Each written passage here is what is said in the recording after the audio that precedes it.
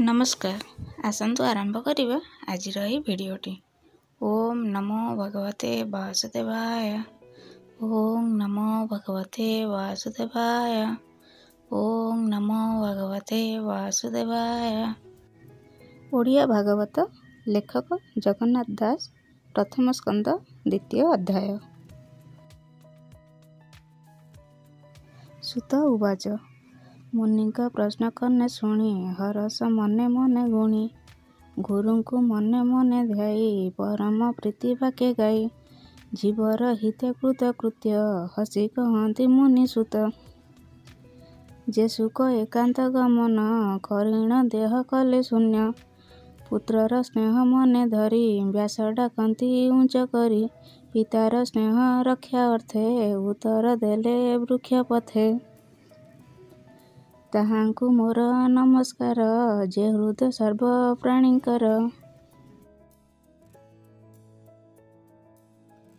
जीवर परित्राण अर्थे करुणा बही जेहु चिते अखिल वेदर जे सार जे अनुभव आपणार कहिले पुराणर सार ताहांकु मोर नमस्कार बाणी नर जे नारायण जे ग्रंथ संसार तारण उदित कले संसारे नमई ताहांक पୟରେ एमंते नमस्कार करी कहती मने मोद भरी शुण सकल मुनिजन साधु ए तुम्भर वचन परम मंगल ए बाणी जीवनी स्तरे जहा शुणी परम धर्म ए जगते कृष्ण भक्ति जेउ मते फलर आशा जहि नाही विघ्न पशिब अब काहीं जे भक्ति बळे ए संसार नुहई पुण ए जीवर भक्ति कले ज्ञान होए जीवन पड़े माया मोहे कृष्ण चरित शुणी जेबे भक्ति न जन्मे मूढ़ भावे केवल श्रम ताहांकर काहू तरिबे तम घर अर्थ संचति जेते नर केवल दुख ताहांकर अर्थे न पाई धर्म मुख्य से काम लोभटी प्रत्यक्ष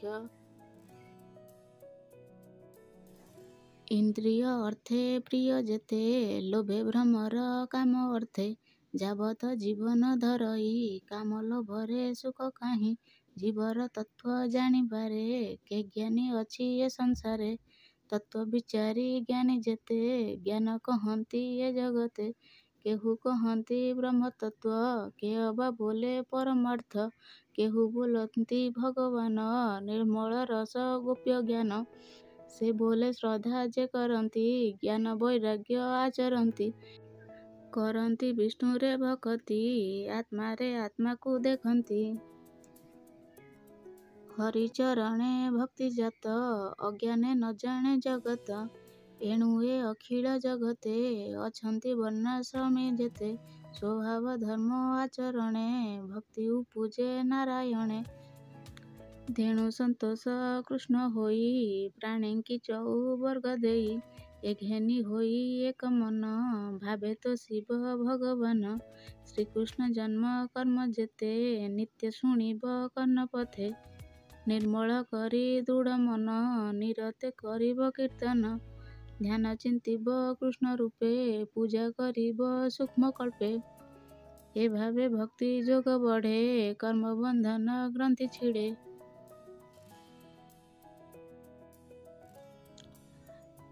एणु जगते ज्ञानी जेते कृष्ण न भजिबे केमंते कृष्ण कथारे रति जार से प्राणी भव मध्यचार हरिचरणे जार श्रद्धा ताकु न लागे भव बाधा से पुण्य साधु संग मिले पुण्य तीर्थ को आश्रय कले भकत संगे जेबे मिसे तेबे से हरि रसे रसे कृष्णर कथा जे शुणती बदने महिमा गुणती ताहांकर हृदय हरि बसे सकल कल्मष विनाशे से पुण्य श्रवण कीर्तन वेदे कहती मुनिजन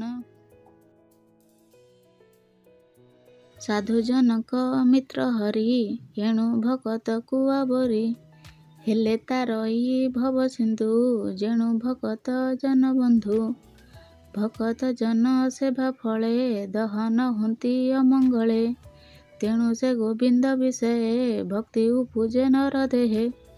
ସ୍ୱଭାବେ ରଜତମ ଦୁଇ କାମାଦି ଯେତେ ରିପୁ ଥାଇ। ଚିନ୍ତୁ ବାହାର ହୋଇଯାନ୍ତି ସାତ୍ୱିକ ଗୁଣ ଆବରନ୍ତି। ଏହି ପ୍ରକାରେ ଯେବେ ମନ ହୋଇବ ନିର୍ମଳ ପ୍ରସନ୍ନ। ତେବେ ସେ ଭକ୍ତି ଯୋଗ ବଳେ କୃଷ୍ଣ ଭକତ ସଙ୍ଗ ମେଳେ। ନିର୍ମଳ ଜ୍ଞାନ ପ୍ରକାଶ ହିଁ ଜନ୍ମ ମରଣ ଆଉ କାହିଁ। ଅଶେଷ କର୍ମ ଗଣ୍ଠି ଛନ୍ଦ ଏଡ଼େ ଛିଡ଼ାଇ ସର୍ବଦ୍ୱନ୍ଦ୍ୱ। ସର୍ବ ସଂଶୟ ତୁଲେ କର୍ମ ତୁଟଇ ବିଶ୍ୱ ମାୟା ଭ୍ରମ। ଆତ୍ମାରେ ଆତ୍ମାକୁ ଦେଖନ୍ତି ଜନ୍ମ ମରଣେ ନାହିଁ ଭ୍ରାନ୍ତି। ଏଣୁ ପଣ୍ଡିତ ଜନ ଯେତେ ଆନନ୍ଦେ ଭକ୍ତି ଯୋଗ ମତେ। ହରି ବିଷୟ ଦୃଢ଼ ଚିତ୍ତେ ନିତ୍ୟ ଭଜନ୍ତି ଆତ୍ମା ହିତେ। ବିଷ୍ଣୁର ମାୟାରୁ ସମ୍ଭୂତ ଆଦି ପ୍ରକୃତି ଜନମାତ। ଯେ ସତ୍ୱ ରଜ ତମ ଗୁଣ ସୃଷ୍ଟି ପାଳନ ସଂହାରଣ। ଅନାଦି ପରମ ପୁରୁଷ ଏ ତିନି ଗୁଣେ ସେ ପ୍ରକାଶ। ସୃଷ୍ଟି ଉଦୟେ ବ୍ରହ୍ମା ହୋଇ ପାଳନେ ବିଷ୍ଣୁ ସେ ବୋଲାଇ। ସଂହାର କାଳେ ରୁଦ୍ର ରୂପେ ସୁଖେ ବିହରେ ମୋହ କଳ୍ପେ। ସେ ଶୁଦ୍ଧ ସତ୍ୱ ବିଷ୍ଣୁ ଦେହେ ଜନ୍ତୁକ ଶ୍ରେୟ ଗୁଣ ବହେ।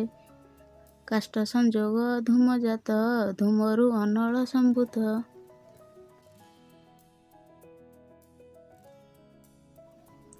ତୃତୀୟ ଅଙ୍ଗାର ପ୍ରମାଣ ତାମସ ରଜ ସତ୍ୱ ଗୁଣ। ଏଭାବେ ବ୍ରହ୍ମ ପରିମାଣି ଭବସାଗର ତରେ ପ୍ରାଣୀ। ନିର୍ମଳ ଚେତା ମୁନି ଯେତେ ବିଚାର କରି ଆତ୍ମା ହିତେ।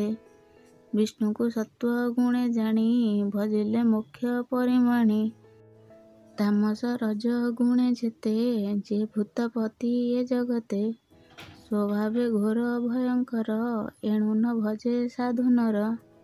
ଅହିଂସା ଶାନ୍ତି ଗୁଣେ ଥାନ୍ତି ହରିଚରିତ ଚିତେ ଚିନ୍ତି। ଧନ ସମ୍ପଦେ ଯାର ଇଚ୍ଛା ସେ କରେ ଭୂତ ପ୍ରେତ ଶିକ୍ଷା। ସଂସାରେ ଦେବ ଯଜ୍ଞ ଯେତେ ଯୋଗ ସାଧନ କ୍ରିୟା ମତେ। ପରମ ଜ୍ଞାନ ତପ ଆଦି କଠୋର ଯେତେ ଧର୍ମ ସାଧି। ଏ ସର୍ବ ଗତି ନାରାୟଣ ହେବେ ହୋ ମୁନି ଗଣେ ଶୁଣ।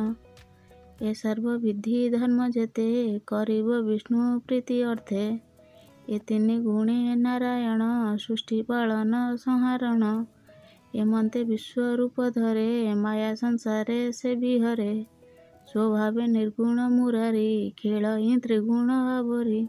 ସକଳ ଜୀବେ ମଧ୍ୟ ଥାଇ ଅଜ୍ଞାନ ଜୀବେ ନ ଜାଣଇ। ଅଶେଷ ମହିମା ଯେ ଧରେ କିବା ଉପମା ଦେବା ତାରେ। ସେ ହରି ଚରଣ ପଙ୍କଜ ସୁଜନ ଜନ ନିତ୍ୟ ଭଜ। କହଇଁ ଦାସ ଜଗନ୍ନାଥ ଗୀତ ପ୍ରବନ୍ଧେ ଭାଗବତ। ଇତି ଶ୍ରୀମଦ୍ଭାଗବତେ ମହାପୁରାଣେ ପାରମହଂସ୍ୟାଂ ସଂହିତାୟାଂ ପ୍ରଥମସ୍କନ୍ଧେ ନୈମିଷାରଣ୍ୟୋପାଖ୍ୟାନେ ଦ୍ୱିତୀୟ ଅଧ୍ୟାୟ ସମାପ୍ତ। ପୁଣି ଦେଖା ହବ ଆଉ ଗୋଟିଏ ସୁନ୍ଦର ଭିଡ଼ିଓରେ। Thanks for watching.